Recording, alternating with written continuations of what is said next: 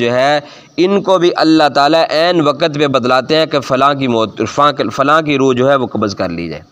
ملک الموت کو بھی پہلے سے سب کا علم نہیں ہے کہ کس نے کب مرنا ہے اور کب کس کی موت کو روح کو قبض کرنا ہے۔ ملک الموت کو بھی اللہ تعالیٰ نے یہ علم نہیں عطا کیا، اس کو بھی ملک الموت کو بھی اس وقت بتلایا جاتا ہے جب کسی کا وقت مقرر پورا ہو جاتا ہے۔ اللہ تعالیٰ فرماتے ہیں کہ جا اس کی روح کو قبض کر لے، تو پھر یہ اس میں پھر نہ کوئی لمحہ تاخیر ہوتا ہے اور نہ یہ فرشتہ بھولتا ہے، نہ ان کی ٹیم بھولتی ہے کہ غلطی سے فلاں نام کا آدمی تھا، فلاں علاقے میں رہتا تھا، فلاں جو اس کے شکل ملتی تھی، فلاں آدمی چلا گیا۔ ایسے بھی نہیں ہوتا، ایسے بھی نہیں ہوتا۔ کیوں؟ فرشتے جو ہے اللہ تعالیٰ نے نحمدہ و نصلی علی رسولہ الکریم، اما بعد، فاعوذ باللہ من الشیطان الرجیم، بسم اللہ الرحمن الرحیم۔ قل یتوفاکم ملک الموت الذی وکل بکم ثم الی ربکم ترجعون ولو تری اذ المجرمون ناکسوا رؤوسہم عند ربہم ربنا ابصرنا وسمعنا فرجعنا نعمل صالحا انا موقنون ولو شئنا لآتینا کل نفس ہداها ولكن حق القول منی لأملأن جہنم من الجنة والناس اجمعین۔ صدق اللہ العظیم۔ پیچھے والی آیات میں اللہ تعالیٰ نے بتلایا کہ سب چیزوں کو اچھے انداز میں پیدا کرنے والا میں ہوں، اور انسان کی ابتدا مٹی سے کی، پھر اسی انسان کی نسل جو ہے وہ چلائی، اور وہ ایک حقیر پانی سے اس کی نسل کو چلایا،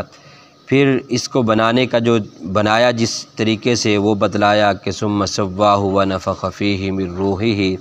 پھر ہم نے اس کو برابر کیا اور اس میں روح ڈالی اور اس کے لیے آنکھیں بنا دی، اس کے لیے کان بنا دیا اور اس کے لیے دل بنا دیا، اور پھر بھی یہ ساری نعمتیں ہونے کے باوجود یہ بہت کم شکر گزاری کرتا ہے۔ تو آج والی آیات میں اللہ تعالیٰ نے پہلے والی آیات میں تخلیق کے بارے میں بتلایا، آج والی آیات میں موت کے بارے میں بتلایا۔ فرمایا قل یتوفاکم ملک الموت الذی وکل بکم، اللہ تعالیٰ فرماتے ہیں آپ فرما دیجئے یتوفاکم ملک الموت، وہ تمہیں موت دے گا ملک الموت کے ذریعے سے، وہ ملک الموت الذی وکل بکم کہ جس کو اللہ تعالیٰ نے اس موت نکالنے پر مقرر کیا ہوا، جو مقرر کیا ہوا ہے اس کام پر۔ ثم الی ربکم، پھر لٹائے گا تم کو، پھر الی ربکم، پھر تمہارے رب کی طرف ترجعون، تمہارا لوٹنا ہے۔ دیکھو پہلے زندگی کے بارے میں بتلایا کہ تمہیں اچھا بنایا، تمہارے لیے ہر چیز کو اچھا بنایا ہے، تمہیں یہ ایسے ایسے پیدا کیا ہے، پھر تمہارا پیدا ہونا بھی تمہارے اختیار میں نہیں، تمہارا رہنا بھی تمہارے اختیار میں نہیں، موت بھی ہمارے اختیار میں، پیدا کرنا بھی ہمارے اختیار میں بھی۔ اے محبوب جی نے فرمائیے جو کہتے ہیں کہ نہیں، ان کو بتلا دیجئے کہ تمہیں موت دے گا ملکوت موت کے ذریعے سے۔ اللہ تعالیٰ نے نظام جو بنایا ہے، اس سارے نظام کو چلانے کے لیے جو فرشتے مقرر کیے ہیں، ان فرشتوں میں یہ جو انسانوں کی موت ہے یا جنات کی موت ہے، تو اس کے لیے اللہ تعالیٰ نے اسرائیل علیہ السلام کو مقرر کیا ہے۔ حضرت اسرائیل علیہ السلام جو ہیں، ان کے اندر بہت سارے فرشتے ہیں، ان کے اندر ان کے متاح چلنے والے بہت زیادہ فرشتے ہیں۔ تو پھر یہ حضرت ملک الموت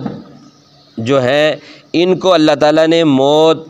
کے اوپر مسلط کیا، مقرر کیا ہے کہ انسانوں کی روح قبض کرنا ان کے ذمے ہے۔ تو اب یہ جو ہم نے پیچھے والی سورت کی آخری آیت پڑھی تھی کہ موت کب، کس کو اور کس جگہ پہ آئے گی، تو یہ بھی مسئلہ ہے کہ ملک الموت جو ہے ان کو بھی اللہ تعالیٰ عین وقت پہ بتلاتے ہیں کہ فلاں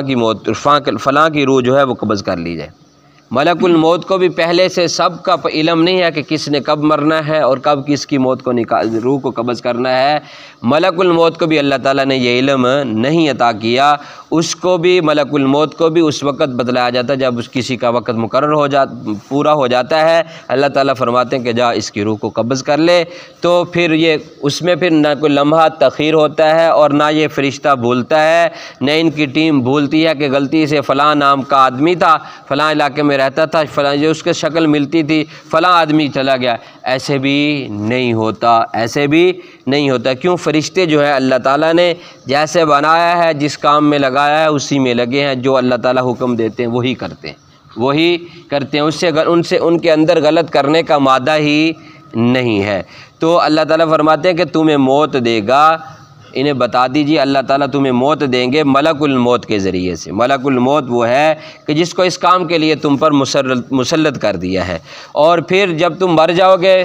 پھر کیا ہوگا؟ تمہارا میری طرف لوٹنا ہوگا، تم اپنے رب کی طرف، ثم الی ربکم، پھر تم اپنے رب کی طرف ترجعون، لوٹائے جاؤ گے۔ تو پھر کیا ہوگا؟ جب اللہ تعالیٰ کی طرف لوٹا دیے جاؤ گے، اللہ تعالیٰ کی بارگاہ میں پہنچ جائیں گے، اے محبوب جی آپ دیکھیں گے اذ المجرمون، جب یہ مجرموں کو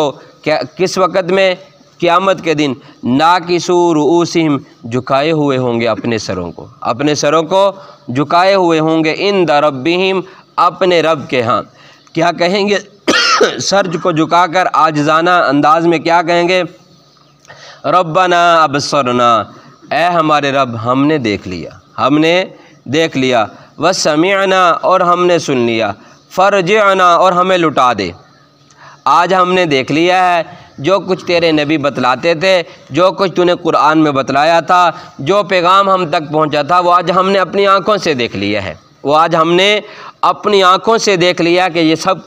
تو سب کچھ ہو گیا، یہ تو سب منظر سامنے آ گیا ہے۔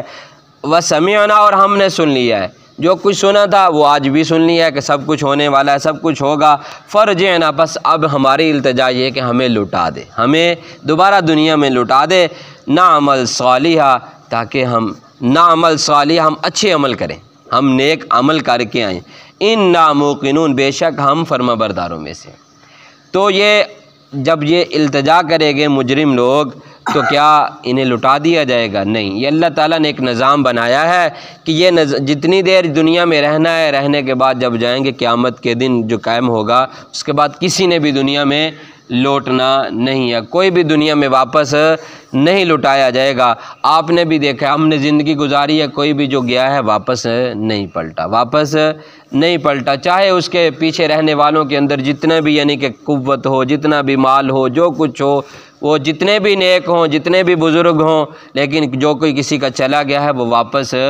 نہیں پلٹا۔ تو یہ اللہ تعالیٰ نے ایک نظام بنایا ہے، تو مجرم لوگ جو دنیا میں جرم کرنے والے ہیں، جو نیک اعمال نہیں کرنے والے، کل قیامت کے دن جب سب چیزیں سامنے کھل جائیں گی تو اس وقت حسرت کریں گے۔ یوم یعض الظالم علی یدیہ یقول یا لیتنی اتخذت مع الرسول سبیلا، یہ بھی کہیں گے ہائے کاش، اپنے ہاتھ منہ میں ڈالیں گے، دانتوں سے چبائیں گے اور کہیں گے اے کاش ہم نے بھی کسی اچھے کو دوست بنا لیا ہوتا، کسی اچھے کو دوست بنا لیا ہوتا، کاش ہم نے بھی یا اللہ تیرے بھیجے ہوئے کو دوست بنا لیا ہوتا۔ کیا مقصد؟ کسی نیک کے پیچھے چل پڑتے،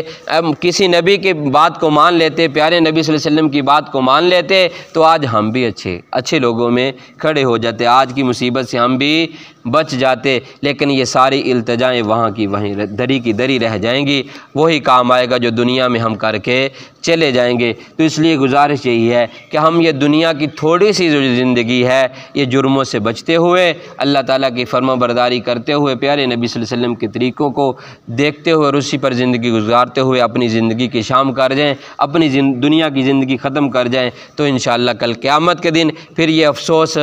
نہیں ہوں گے، پھر یہ افسوس نہیں ہوگے، یہ پچھتاوا نہیں ہوگا، پھر اللہ تعالیٰ کی رحمتیں ہوں گی، اللہ تعالیٰ کی نعمتیں ہوں گی، اللہ تعالیٰ کی طرف سے رحمت کے اعلانات ہوں گے، انعامات کی بارشیں ہوں گی، اللہ تعالیٰ جنت میں جگہ عطا فرمائیں گے۔ اللہ تعالیٰ ہم سب کا حامی و ناصر ہو، اللہ تعالیٰ ہم سب کو حقیقی معنوں میں مسلمان بنائے اور حقیقی معنوں میں زندگی گزار کر اللہ تعالیٰ کو راضی کر کے دنیا سے جانے والا بنائے۔ الحمدللہ۔